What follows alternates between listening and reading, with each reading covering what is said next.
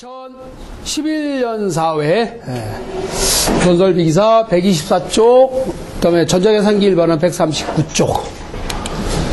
자, 문제 80번. 문제를 통해서 여러 이제 주제가 나오잖아요. 해당되는 문제, 일단 시험으로 문제를 냈다라는 것은 그 내용이 중요하기 때문에 낸 거거든요. 쓸데없는 문제는 안 내요, 절대로. 그렇죠? 대개 보니까 물론 이제 그 자격증에 대한 시험은 문제은행식이기 때문에 과거의 문제들이 많이 나오긴 한데, 요즘에 제가 최근에 느낀 게 뭐냐면 과거의 그 정보처리 기사에서 나오는 전자계산기 구조 과목에서의 문제들이 대부분이에요, 보니까요. 그러니까 새로운 문제를 낸 게 아니고 옛날에 나왔던 문제. 그러니까 이런 것 같은 경우는 현실적인 내용을 반영을 한 거죠. 그래서 문제를 통해서 여러분들, 아, 이게 중요한가 보다. 아, 이게 뭐지? 하고 좀 더 이렇게 정확하게 이해할 수 있게끔. 그러니까 용어만이라도 제대로 정확하게 이해를 하신다면 앞으로 공부할 때 굉장히 수월해요.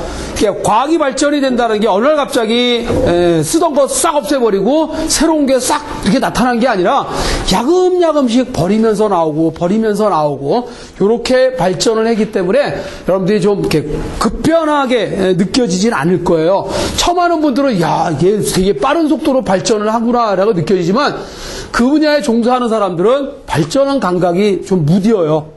뭐 별로 뭐 이렇게 뭐 그 대단한 것도 아니네 뭐 이렇게. 근데 이제 처음 보는 사람은 대단해 보인단 말이에요. 자, 16진수의 값 16진수래요. 자, 여기서 제일 중요한 거는 뭐냐면 메모리는 아까도 얘기했지만 이 메모리는 아직까지는 우리는 뭐냐 메모리를 뭐라고 하냐면 바이트 머신이라고 그래요. 바이트 머신이다. M-A-C-H-I-N-E. 즉 바이트 단위로 일을 처리한다 그런 얘기죠. 머신. 바이트 머신이다 그래요. 바이트 머신. 메모리는 바이트 머신이에요. 이 말은 뭐냐? 주소가 바이트 단위로 부여되어 있다 그런 얘기예요. 그러니까 메모리는 8평짜리 아파트 단지예요. 이해돼요? 8평짜리 8비트. 한 바이트가 8비트잖아요. 그죠? 그러니까 8비트 단위로 물리적인 공간에 하나의 주소가 부여가 돼 있어요. 방 하나가 8비트, 한 바이트. 그 한 바이트짜리 방 가지고 할 수 있는 게 뭐예요? 한 바이트는 한 글자씩 들어간다. 이렇게 생각하시면 되죠. 그죠? 네. 그 다음에 16진수로 얘기하면 두 자리 숫자가 들어간다. 그런 얘기죠? 한 바이트에 들어갈 수 있는 양이 한 문자. 이해돼요? 16진수로는 두 자리 숫자. 이해돼요? 2진수로는 8자리 숫자. 2진수는 8비트. 그래서 8비트라고 그러는 거예요. 자, 그래서 16진수이기 때문에 이 16진수라고 하면 이렇게 두 자리가 한 바이트씩 차지하죠? 이렇게 한 바이트씩 차지해요. 이해돼요? 그렇죠? 네. 기억장치에 저장하려고 한다. 리틀 엔디안. 작은, 그러니까 가중치가 작은 게 먼저 온다 그런 얘기예요. 가중치가 작은 게, 그러니까 주소로 따지면은 좌측에 있는 주소가 앞에 있는 주소잖아요. 근데 숫자는 작은 가중치가 뒤에 오잖아요. 그죠? 그러니까 이렇게 쓴 거는 우리가 필기상 글쎄요, 누가 뭐 저렇게 정의를 했는지 모르겠지만 필기상 이렇게 우리는 필기 이렇게 하잖아요. 그죠? 원래 숫자는 작은 숫자부터 먼저 써야 되는 게 정상이잖아요. 그렇다고 숫자 쓸 때 이렇게 쓰는 사람은 좀 드물죠? 그죠? 앞에서부터 쓰지 뒤에부터 쓰지 않는단 말이야. 그죠? 네. 그러니까 숫자의 정의는 바로 앞에가 가중치가 커요. 그리고 뒤에가 가중치가 작잖아. 근데 사람의 이름을 보면은 앞에가 크고 뒤에가 작아요. 근데 이제 그 미국 사람이나 이런 사람들 이제 성이 뒤에 오는 이유가 뒤쪽에 오는 걸 좀 큰 걸로 생각을 해요. 그죠? 그러니까 미국에 주소 쓸 때 어떻게 써요? 작은 것부터 쓰죠. 작은 것부터 써나가잖아요. 그죠? 맨 마지막에 뭐 뉴욕 뭐 이런 식으로. 그죠? 근데 우리는 거꾸로 쓰잖아요. 큰 거 앞부터 앞에 오죠. 서울특별시, 강남구 이런 식으로. 그죠? 근데 그게 이제 문화적인 차이인 것 같아요. 그게 이제 소위 말하는 리틀엔디안이냐, 빅엔디안이냐 그런 개념으로 우리가 생각할 수 있는 거예요. 이해돼요? 거꾸로 쓰느냐, 바로 쓰느냐 그런 개념이에요. 이해했습니까? 그렇다고 이름을 쓴다고 해서 이재환 그러면 이거를 미국식으로 쓰면은 환재희 이렇게 쓰지는 않잖아요. 그죠? 재환이지. 그러니까 쪼갤 수 있는 거를 무조건 다 쪼개는 게 아니라 이거야. 그러니까 가장 쪼개는 기본 단위가 있어요. 그게 뭐야? 바이트다 이거야. 바이트 단위로 쪼개. 이거를 이렇게 하나씩 하는 게 아니라 두 자리 숫자 단위로 역순으로 들어간다 그런 얘기예요. 이해하셔요? 그러니까 이게 제일 중요한 말이에요. 바이트 단위로 역순. 바이트 크기로 잘라서 역순. 이해하세요? 네. 자, 그러면 이렇게 자, 두 가지가 있어요. 빅엔디안이 있고 리틀엔디안이 있다. 여기 제일 중요한 말이 이게 바이트 단위의 정수, 바이트 단위. 이 말이 중요한 거예요. 물론 이것도 중요하죠. 정상적인 순서냐, 역순이냐. 그러니까 기준이 되는 크기는 바이트의 크기라는 거. 바이트 크기로 우리가 기억되어진다 그러니. 그러니까 만약에 코리아다. 그러면 코리아라고 하는 글자였다면, 만약에 코리아라는 글자였다면 어떻게 들어갈까요? 이렇게 A, E, R,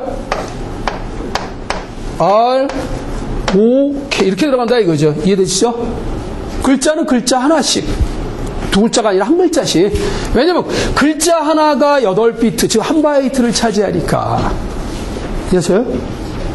이거 이제 16지수. 만약에 이게 K 같은 경우에는 얼마냐면 4, A, B, C, D, E, F, G, H, I, J, K 11번째죠. 그러니까 11번째니까 4B. 이게 4B예요. 4B. B. 4, 1이란 말이에요. 16진수로. 이해돼요? 그러면 16진수로 A가 4, 1이기 때문에 1, 4가 들어가는 게 아니라 이 4, 1은 그대로 한 덩어리에서 4, 1이 들어가는 거예요. 이렇게. 이해돼요? 바이트의 크기 단위로 그대로 옮긴 거예요. 이해하시죠? 네. 리틀엔디안. 빅엔디안은 그런 거 신경 쓸 필요 없어. 그대로 들어가니까 뭐 별 문제가 없는데, 그러니까 리틀엔디안으로 들어갈 때 이제 여기 좀 바이트라는 개념이 중요하단 말이에요. 바이트. 자, 그래서 만약에 이렇게 돼. 리틀엔디안은 이렇게 거꾸로 들어가요. 메모리에 들어갈 때. 왜냐면 여기가 앞주소거든요. 메모리의 앞주소기 때문에 그래요. 이렇게 들어간다. 이런 식으로 바이트 크기로 잘라서 앞에서부터 채워나가는 게 바로 리틀엔디안이에요. 반대로 이걸 빅엔디안은 어떻게 했냐? 빅엔디안은 그냥 차례대로 들어가면 돼요. 그냥 차례대로 들어가면 돼요. 네. 뭐 굳이 바이트 단위로 쪼개지 않아도 그냥 다 들어가는 거 마찬가지예요. 이해되시죠? 그대로 들어가는 거니까. 정상적인 수로. 차곡차곡 채워나가는 거다, 이거죠. 근데 이제 리틀엔디안일 때 조심해야 되는 게 그 바이트의 크기 단위로 역순이라는 게 가장 중요합니다.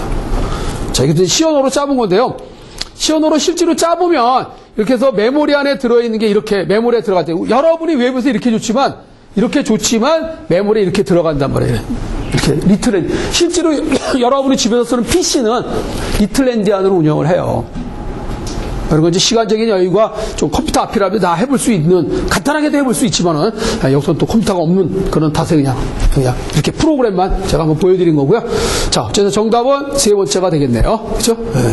자, 리틀엔디안. 굉장히, 지금 요즘에 나오는 CPU들은 두 가지가 다 돼요. 보통 IBM 계열이 빅엔디안으로 들어가고요. 여러분이 지금 쓰고 있는 PC 레벨은 대부분이 리틀엔디안으로 들어가는데, 이제 그 스마트폰이나 이런 데 들어가는 CPU는 두 가지가 다 이렇게 혼용이 되게 옵션으로 네가 원하는 대로 운영해라 그런 얘기예요. 네, 그렇게 해서 운영을 합니다. 자, 어느 게 더 좋다 나쁘다는 없어요. 자, DMA 직접 메모리에 접근하는 방법인데 일단 DMA라는 용어가 나오면 사이클 스틸링이다. 즉 독립적으로 입출력과 연산이 같이 일어나는데 남의 사이클을 훔쳐서 IO가 일어난다 그런 얘기예요. 그런 개념으로 운영하는 게 사이클 스틸링이다 그러지. 사이클 훔쳤다 이거죠. 그러니까 눈치 보고 들어가는 거예요. 그러니까 DMA가 CPU가 연산을 하고 있는 과정에 눈치를 보고 IO가 일어납니다. 그렇죠? 네, 눈치껏 들어가는 겁니다. 눈치 안 보고 들어가는 건 채널이에요. 채널. 완전한 독립적으로 IO가 일어나는 방법은 채널에 의한 IO고요. DMA는 CPU와 관계없이 독립으로 들어가긴 하는데 CPU의 눈치를 보고 들어갑니다. 사이클 스틸링이에요. 그 다음에 우리가 흔히 얘기하는 인터럽트에 의한 IO나 프로그램에 의한 IO는 말 그대로 CPU에 의해서 IO가 일어나는 거예요. 원래 CPU는 우리가 생각해 본연의 일이 뭐예요? 연산이잖아요. 그러니까 연산만 하는 게 아니라 IO도 해요. 입출력도. 이해하시죠? 네, 그렇게 여러분들이 받아주시죠. 사이클 스트링이 되겠죠. 80. 두 개의 레지스터의 10진수, 하나는 1이고요, 그냥. 하나는 1이고, 하나는 마이너스 1이에요. 1과 마이너스 1. 자, 1과 마이너스 1에 대한 거를 한번 생각을 해보고요. 자, 그러면 이거를 더 세보라 되겠요.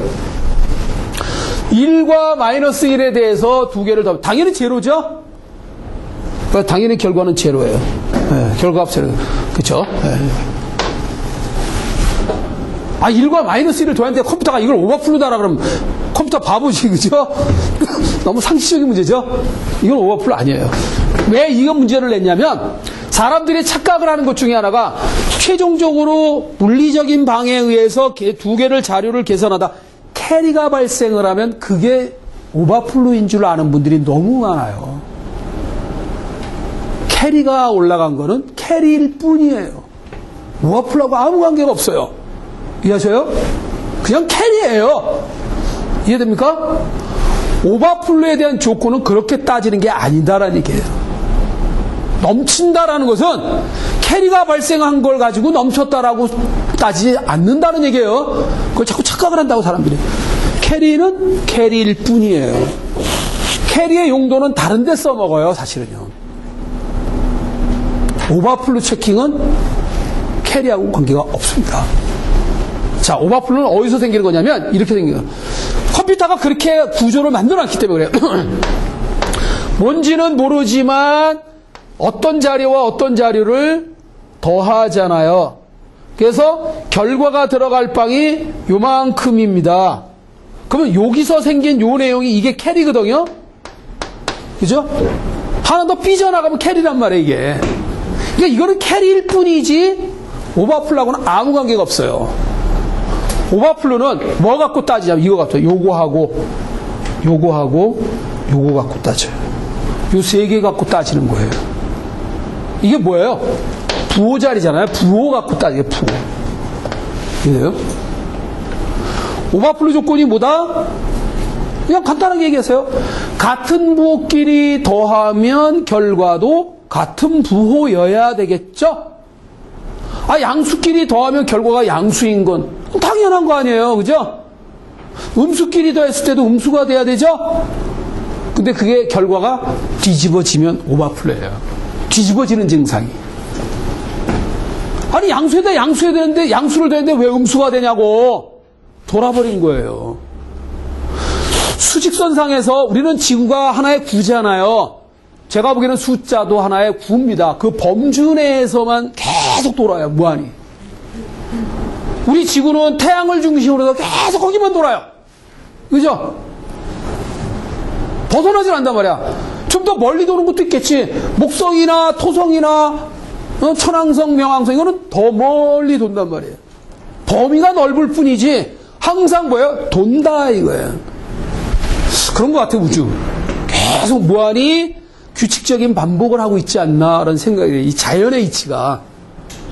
그래서 누가 이제 뭐 사주팔자 보는 사람들이 자신의 그 몸의 건강이라든가 자기의 사주팔자 거기 뭐 사주팔자에 다 들어있다고 그러는데 물론 믿거나 말거나 자꾸 이제 사람들은 이제 미신으로 치부를 해버리잖아요. 말도 안 되는 소리 한다고. 그 말도 안 되는 소리라면 안 들으면 되는 거고 여러분들이 그게 인증을 할 수 있다. 그거 맞는 얘기네. 그 긍정적으로 받아들이면 좋아요. 우리네 인생은요 사주팔자에 있는 대로 사는 게 아니에요. 만들어가는 거예요. 만드는 거예요. 만들어가면 돼요. 그죠?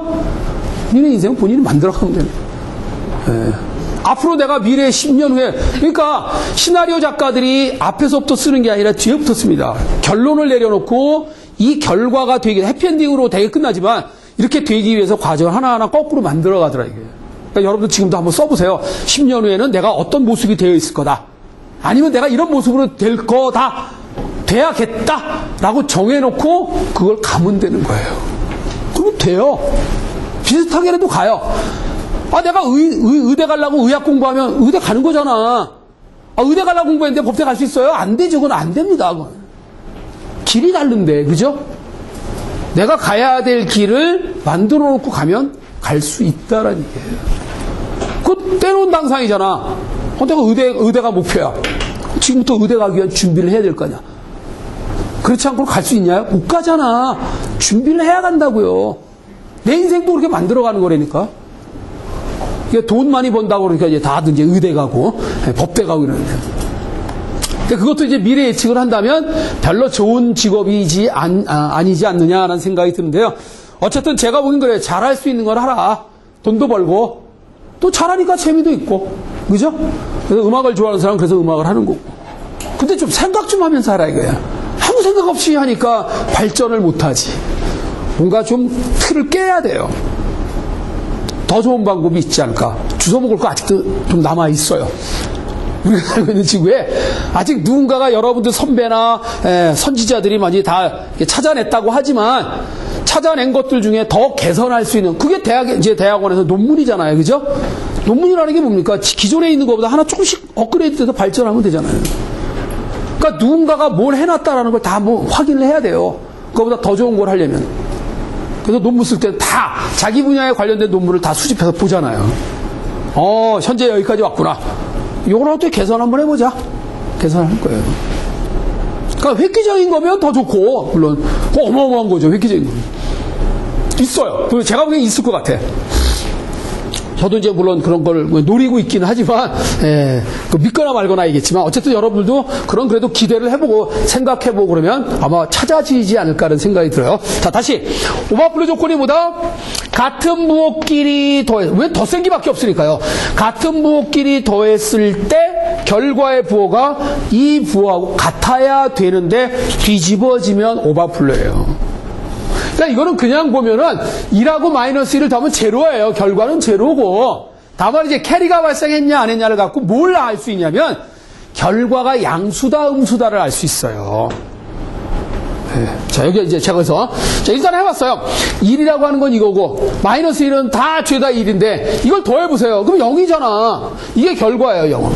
그리고 최종 캐리 생겼잖아요. 그죠? 이렇게 최종 캐리가 생기면요, 이 결과가 양수예요. 캐리 발생을 안 하면 음수예요. 자, 여기 보세요. 그래서 지난번에 했던 거 한번인데요. 당연하지만 양수에다가 양수를 댄데 양수예요. 판정! 아주 정상이에요. 정상이고 캐리가 발생을 안 해요. 특징을 보면. 그런데 양수에다가 양수를 댄데 음수가 됐어요. 돌아버렸죠. 그죠? 이게 오버플로예요. 그래서 특징은 또 노 캐리가 생겨요. 이 경우에 오버플로는 노 캐리 안 생겨요. 어쨌든 오버플로예요. 그 다음에 여기 보면 이제 요 네 개가 같은 의미예요.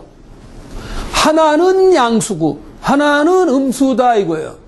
그러니까 서로 다른 부호를 가진 걸 더하면 결과는 분명히 둘 중에 하나예요. 양수 아니면 음수예요. 그죠? 음수 쪽으로 크면 결과가 음수고 양수 쪽이 크면 결과가 양수예요. 그죠? 왜냐면 우리가 항상 수직선상에 0을 기점으로 해서 하나가 이쪽에 있고 하나가 이쪽에 있다. 이건 양수고 이건 음수잖아요. 이와 같이 0을 기점으로 해서 양쪽에 있는 숫자들끼리 더하면 결과가 어디냐? 이 사이에 있어요. 벗어날 일이 없어요. 이해돼요? 이 사이에 존재하는데 어느 쪽이냐? 0보다 왼쪽이냐 0보다 오른쪽이냐에 따라서 결과가 이제 양수냐 음수냐가 되는 거잖아요. 그죠? 절대로 오버플로는 없습니다. 하나가 양수고 하나가 음수인 경우에 오버플로는 없다. 이게 이제 말로 만들어낸다면 그렇게 말 만들어낼 수 있어요. 이해하셔요? 그렇잖아요. 주어진 두 개의 숫자의 사이에 있다고요. 같은 부호끼리 더해야 솔림 현상으로 나가는 거지, 하나가 양수고 하나가 음수면 결과는 그 사이에 있다 그런 얘기예요. 이해하셔요? 자, 그래서 이 특징을 보면 자, 더했는데 이제 그러니까 서로 다른 볼 때 양수가 나왔다. 양수가 나올 때는 이제 캐리가 발생을 해요. 이렇게. 음수일 때는 뭐예요? 노캐리예요. 요 차이예요. 그러니까 양수일 땐 캐리고 음수의 결과는 노캐리로 우리가 야 이거 결과 음수다. 너 어떻게 알았냐? 캐리 발생 안 했잖아 임마. 결과값 자체를 보고도 알 수 있지만 캐리 발생 유무를 보고도 결과가 양수인지 음수인지를 알 수 있어요. 이해하셔요? 이게 특징이에요. 하다 보니까 이런 걸 규칙을 발견하게 되는 거죠. 아시죠? 역시 마찬가지죠. 예, 이거 이제 다 정상이에요. 그래서 이건 무조건 정상이에요. 이 네 개는 무조건 정상이에요. 예, 무조건 정상이에요. 여기 이제 오버플루죠? 음수끼리 더했는데 양수가 됐어요. 당연히 오버플루예요. 그죠? 근데 이때 증상에 캐리가 발생을 해요. 이때는 노캐리예요. 이해돼요? 음수끼리 더한 경우에 오버플루는 캐리가 발생한 걸 보면 알 수 있어요. 이거는 노캐리에 의해서, 물론 이제 특징이 그렇다는 얘기예요. 캐리가 발생 안 했기 때문에 오버플루가 아니고, 이 결과, 그러니까 오버플루 조건에 맞는데, 결과가 음수인 경우는 노캐리고, 결과가 양수로 된 오버플루는 뭐냐? 캐리다. 캐리가 발생한 거다. 그러죠. 이거 정상이고요, 당연히. 네, 음수에다 음수되는데 음수했다. 정상이에요, 당연히. 그렇죠? 당연히 정상이고. 자, 이렇게 8가지의 경우의 수를 이렇게 꼼꼼하게 따져보면, 이런 증상이 나타난다라는 얘기예요. 그러니까 이제, 여기까지는 이해가 됐을 거예요, 여러분들이. 이거 되게, 많이도 이제 숙달이 했으니까. 근데 이제 요 부분이 익숙해지지 않았을 거예요. 그죠? 이거는 그냥 일부러 익숙해질 필요는 없어요. 그냥 자꾸 보세요, 문제를 이렇게. 그래서 제가 설명한 걸 자꾸 보시면, 여러분들이, 그렇구나. 공감을 하시면 돼요. 하다 보면 또 이런 결과를 항상 얻지만, 그러니까 이걸 염두에다 두고 어떤 특정한 값을 계산했을 때 한번 보셔야 이거. 이것도 유심히 한번 따져봐라 이거죠. 제 얘기는 캐리가 발생했는지 안 했는지. 그러니까 단지 캐리는 캐리일 뿐이에요. 이해되시죠? 발생을 하던 안 하던 캐리의 발생 유무는 그냥 캐리일 뿐이다 이거예요. 그냥 아무 관계 없어요. 그냥 특징으로서의 의미를 부여한 것 뿐이지 이것 때문에 이거다라는 건 아닙니다. 이런 증상에 의해서 이런 특징도 가지고 있다 그런 얘기예요. 참고하시고. 자, 그래서 당연히 결과값은 0이고 캐리가 발생했다. 실제로 해보면 되니까요. 이거 1과 마이너스 1을 더해보시면 돼요. 자, 쉬프트 레지스터의 내용을 오른쪽으로 2비트 이동시켰다. 오른쪽으로. 오른쪽은 뭐예요? 나눗셈. 이해됩니까? 2비트는 뭐예요? 2의 자승. 2의 자승으로 나누는 거예요. 4로 나누는 거죠? 4분의 1배 하는 거죠? 그래서 4분의 1. 원래 값에 4분의 1배가 된다는 게. 오른쪽으로 이동하면 나눗셈. 왼쪽으로 이동하면 곱셈이에요. 그죠? 왼쪽, 오른쪽. 왼쪽, 오른쪽 구별 좀 잘 해주시면 되겠고요. 한 비트 이동할 때마다 2의 해당 이동 숫자만큼의 거듭제곱수가 대상이 되는 겁니다. 3비트면 8배가 되거나 8분의 1배가 되거나 이렇게 그게 이제 왼쪽 오른쪽에 따라 달라집니다. 그렇죠? 4, 4번째가 정도. 자, 연산을 했는데 이렇게 나왔다. 도대체 무슨 연산했냐? AND냐? OR냐? 익스클루시브 OR냐? NAND냐? 다 비스무리해요. 자, 4개 중에 이제 일일이 해봐야 돼. 이런 거는 좀 짜증이 나는 문제이긴 해요. 해봐야 돼요. 자, 만약에 해봤습니다. 이 2개의 자료를 낸드 연산을 했더니 이렇게 나왔다. 이게 이제 주어진 문제의 답이에요. 그러니까. 낸드 연산한 결과구나. 이거를 익스클루시브 OR를 하면 이렇게 나옵니다. 익스클루시브 OR가 뭐죠? 같으면 0, 다르면 1이죠? 자, 다르니까 1, 같으니까 0, 같으니까 0, 같으니까 0, 다르니까 1, 같으니까 0, 다르니까 1, 다르니까 이렇게 나온 거는 익스클루시브 OR에 의한 결과예요. AND는 둘 다 1이어야만 1입니다. 둘 다 여기 경우죠. 여기만 1이죠. 나머지는 다 0이고. OR는 뭐예요? 요 경우만 0이죠. 요 경우만 0이고 나머지는 다 1이죠. 이게 OR 연산이잖아요. 특징만 알면 다 풀 수 있는 거예요. 그죠? 이 논리 연산에 대해서 정확하게 알고 있으라. 얘기죠. 그래서 낸드 연산이 됐고요. 이런 결과가 나왔다. 문제를 잘 알겠죠. 아니면 앞에서부터 하나씩 해봐도 돼요, 그냥. 자, 다시 말하면, 0에다가 2를 AND 하면 0이죠. 예, 근데 1이니까 이건 아니고, 그죠? 이렇게 하나씩 나가리 시키면 되는 거예요, 이렇게. 그죠? 경합을 벌이다가, 그 다음 두 번째 거 해보고, 두 번째 것도 경합 벌이다가 또 세 번째 거 해보면 돼요. 한 번에 다 해도 되지만, 짜증나니까 한 비트씩 하나씩 해보세요. 그죠? 예, 하나씩. 예. 자, 다음 지문이 뭐냐? 무료 버전. 서버급 운영체제인데, 무료 버전이에요. 소스 공개돼요. 리눅스죠? 나머지 돈 주고 사야 돼요. 그죠? 운영체제를 돈 주고 안 사는 게 어딨어요, 다. 나머지 대개 다 운영체제는 돈 주고, 그거 갖고 먹고 사는 건데. 아, 마이크로소프트사가 돈 번 것도 다 운영체제 아니에요? 이제 계속 버전업 시키잖아요, 그죠? 예. 그러다가 이제 요즘에 마이크로소프트사도 이제 뭐냐, 위기의식을 느꼈는지 이제 보안 쪽의 솔루션을 강화를 많이 하는 것 같아요, 보안. 보안 쪽의 문제가 대한민국이 가장 보안에 대해서 테스트 해볼 수 있는 아주 좋은 나라라고 합니다. IT 강국이니까 다 찌르고 들어오려고 그러잖아요. 그래서 지금 보안업체들이 과거에는 몇 개 안 들어왔다가 최근에 전 세계적으로 유명한 보안업체들이 다 대한민국에 들어와 있어요. 아주 훌륭한 테스트 장소입니다, 대한민국. 그죠? 그러니까 잘 만들어 놓고 이거 봐라, 우리는 안 뚫리지 않냐. 일단 검증이 되면 산단 말이에요. 대표적으로 IBM도 지금 뭐 매출액이 올라가는 게 IBM에서는 원래 걔네들 컴퓨터 팔아먹는 회사잖아요. 그런데 이제 보안 쪽의 매출액이 장난이 아니에요. IBM이. 걔네들은 이제 슈퍼컴퓨터나 이런 데 많이 팔아요. 특히 그 RS6000이라고 하는 모델이 IBM에서 만든 건데 이 대단한 모델이죠. 모델이. 이 모델이 바로 제가 설명 슈퍼스칼라 구조 CPU 구조예요. CPU가 몇만 개 들어가 있고 또 파이프라인 처리도 엄청나게 잘 하고. 그러니까 아주 강력할 수밖에 없죠. 근데 말로만 강력하다고만 하면 뭐합니까? 선전에. 그럼 광고지. 실제로 보여줘야 돼, 이거를. 보여준 게 바로 뭐냐? 딥블루였어요. 딥블루.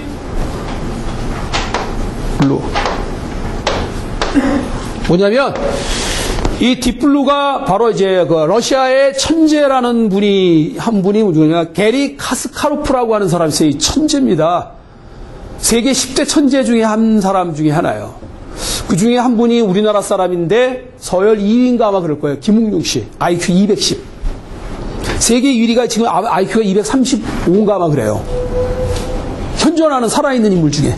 그 김웅룡 씨는 210이었고 지금은 210이 아니고 그냥 평범한 50대에 이제 대학 교수 지금 하고 있는데 정말 세상에 놀랄 정도로 그냥 몇 개 국어를 하고 조그만 게 그냥 미분 적분도 풀고 대단하죠. 그래서 천재가 계속 천재로 남을 줄 알았는데 그건 아니었고요. 그 다음에 이제 또 하나 또 21세기에 발명왕이라고 하는 그 레이 커즈와일 같은 경우는 IQ가 165. 어쨌든 165, 180, 190, 200, 이 김웅룡 씨 같은 210. 그러니까 그 러시아의 체스를 18년 동안에 한 번도 안 깨진 뭐 아주 신동 소리 들어가면서 체스를 굉장히 기가 막히게 많이 잘 둔 사람이에요. 그 빌 게이츠가 그 친구하고 뒀다가 7수 만에 그냥 완전히 그렇게 쳤잖아요. 그냥. 단 7수 만에 그냥. 그렇게 잘 두는 체스를. 어마어마. 천재입니다, 여러분. IQ가 아마 180 정도 되나 뭐 그래요. 그리고 이제 러시아의 대통령 선거에도 나왔던 친구예요. 뭐 이제 걔네들은 정치하는 사람들은 천재적인 머리하고 관계없어요. 그죠? 그죠? 여러 가지 인맥 이런 거 다니까. 이게 얘가 바로 그 게리 카스파로프라는 사람의 체스 대결에서 이긴 컴퓨터예요. 체스를 세계의 대결을 벌여서 이겼어요, 얘가. 그래서 검증이 된 거죠. 이야, 저렇게 훌륭한 18년 동안 깨져본 적이 없는 체스의 대가를 이겼다고요, 컴퓨터가. 그래서 그 당해년도에 화성 탐사선이 뜨면서 바로 미국 정부에서 이 컴퓨터를 바로 화성 탐사선에 바로 컴퓨터로 책정이 된 거예요. 정부에서까지 사준 거예요. 검증이 됐기 때문에. 전 세계 60만 대 이상을 팔았대요. PC 몇 억 대 파는 것보다 슈퍼컴퓨터 몇만 대 파는 게 훨씬 더 매출액이 커요. 이해하셔요? 우리가 컴퓨터를 팔을 때는 항상 뭘 받아요? 메인터넌스, 유지보수비를 받아요. 한번 팔고 땡이 아니에요. 유지보습이 다 들어가요. 이해돼요? 네. 자, 그게 이제 리눅스는 이제 그래서 공짜로 이 열받아가지고 유닉스에 버금가는 그런 기능을 가지면서 무료로 제공해주는 버전이 리눅스였습니다. 네, 참고하시기 바라고요.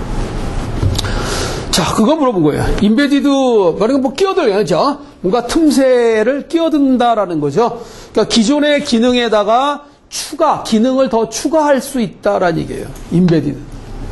요즘 이 분야가 많이들 활성화가 되고 있는 그런 상황이긴 한데, 아직까지 이걸 공부한다라는 게 너무 어려움을 느껴요. 왜냐면 이거는 하려면 어셈블리를 해야 됩니다. 어셈블리와, 그 다음 뭐라 해야 돼요? 시어너와, 그 다음에 하드웨어를 해야 됩니다. 컴퓨터의 구조를 알아야 돼요. 네. 그래서 이거 가지고 굉장히 제어 쪽에 관련된 프로그램 개발을 많이 합니다. 그러니까 되게 제어는 뭐예요? 제어는 타이머예요. 타이머. 시간 제어가 대부분이에요. 그죠? 자동화를 한다라는 것은 시간에 의한 자동화가 대부분이잖아요.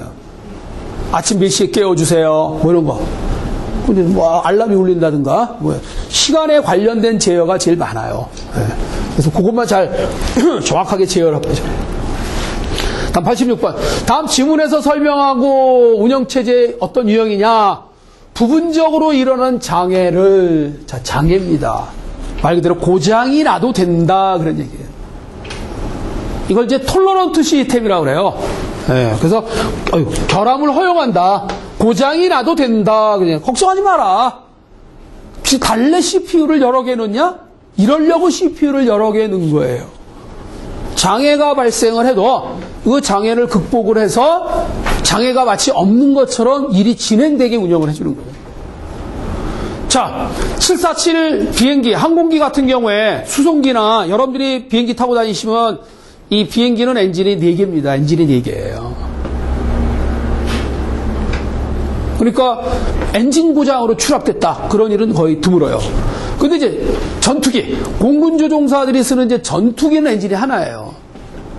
그래서 대개 이제 운행하다가 엔진 고장으로 비상 탈출을 하잖아요.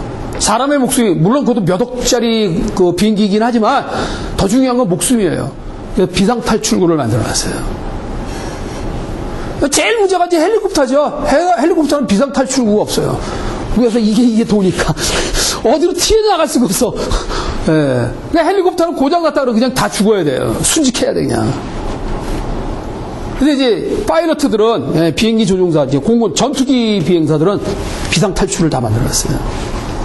딱 보트 하나만 딱 눌러놓으면 그냥 쫙 올라 낙하사 탁 타고 내려오잖아요. 그죠? 비행기 버리고. 엄청나 그 비행기 끝까지 지킬 일도 없지만 지킬 수도 없어요. 일단 엔진 고장이 나면. 가장 그 기체의 핵심이 엔진인데 엔진 고장인데 어떻게 할 건데.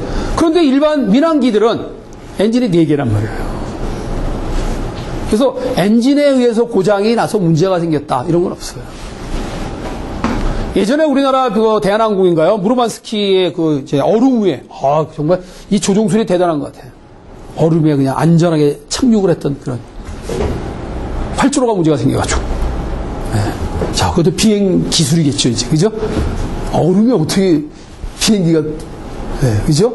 배 위에서도 이 비행기 뜨는 게 그렇게 쉽지가 않은데. 공간도 좋고, 그죠?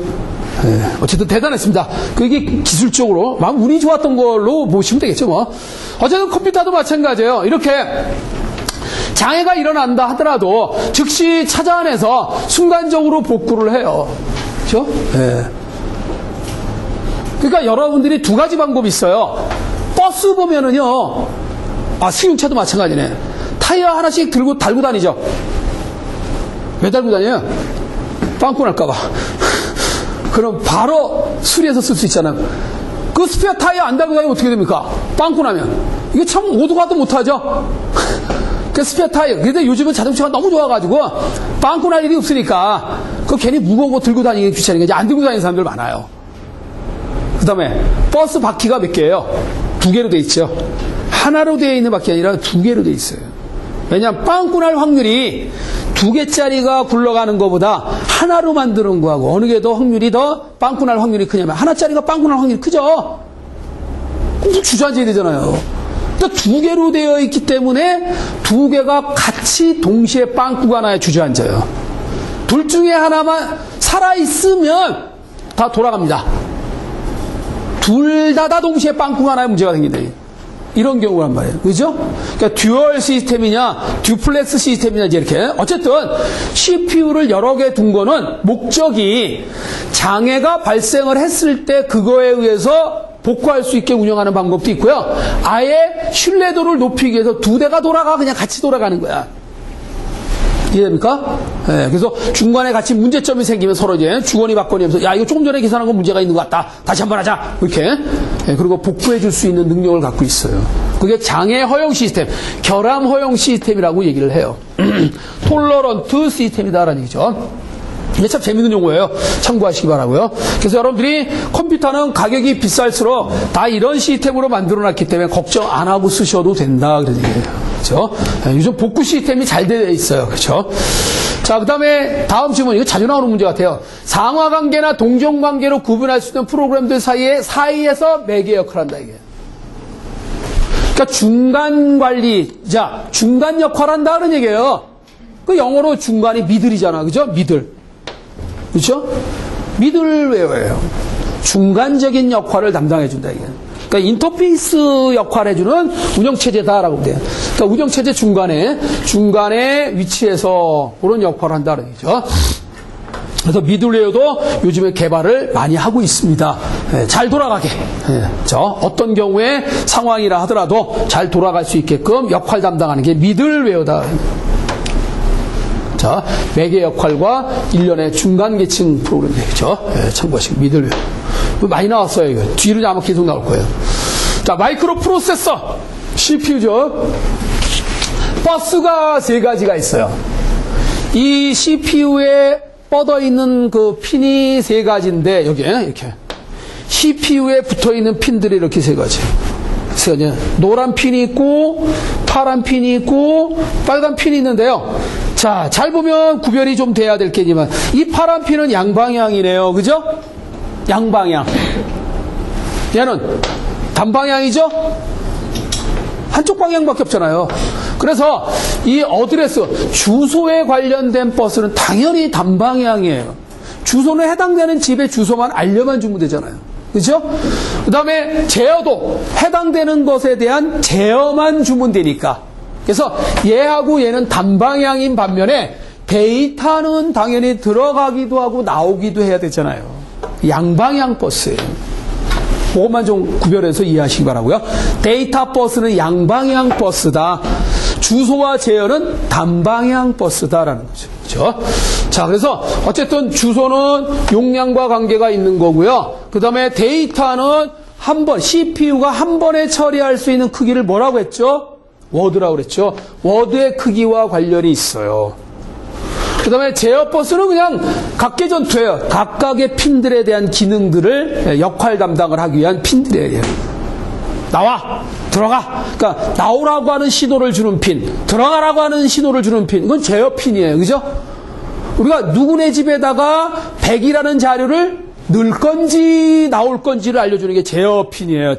들어갈 건지 나올 건지를 알려주는 역할을 하기 위한 핀이 제어 핀이에요. 이해하셔요? 네. 뭐 막아버리, 야!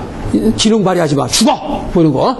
이런 기능에 의한 핀이 컨트롤 버스, 제어 신호다. 그런 얘기예요. 핀의 종류 이렇게 세 가지가 있고, 세 가지 중에 데이터 버스는 양방향이다라는 거 참고를 하시라는 얘기죠. 그래서, 세 가지가 요거네요. 주소와 제어와 데이터. 뭐 영어로 돼 있지만 주소는 어드레스 버스, 데이터 버스, 컨트롤 버스 이렇게 세 가지 종류의 버스가 있다. 공유.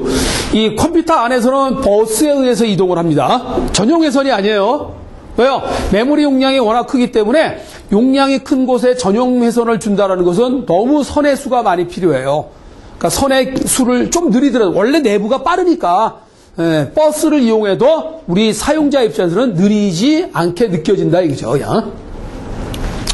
주소 지정 방식 중에 명령어 내 오퍼런드 필드의 내용이 데이터 유효 주소가 되는 건 그 자체가, 그러니까 명령어 속에 들어있는 주소가 실제 찾아가기 위한 주소예요. 직접 주소지 뭐. 아주 문제 쉬운 거죠. 그죠? 직접이라는 것은 그 주소 자체로 자료를 찾아갈 수 있게 만든 주소를 유효 주소라고 하는데요. 한 번만에 찾아갈 수 있는 유효 주소를 뭐라고 그래요? 직접 주소예요. 두 번만에 자료를 찾아가기 위해서 만들어진 유효 주소는 뭐예요? 간접 주소라고 그래요. 나머지 이제 계산에 의한 주소, 뭐 레지스타를 참조한다든가, 인덱스 레지스타를 참조한다든가, 프로그램 카운터 레지스타를 참조한다든가 이런 계산에 의한 주소다 그래요. 이해돼요? 네. 특히 상대 주소는 프로그램 카운터라고 하는 레지스타가 가지고 있는 값을 이용하는 계산 방식으로 하는 게 상대 주소다라는 거죠. 네. 이건 직접 주소예요. 그 자체가 한 번만에 찾아갈 수 있는 주소다. 직접 주소다. 되게 쉬운 문제.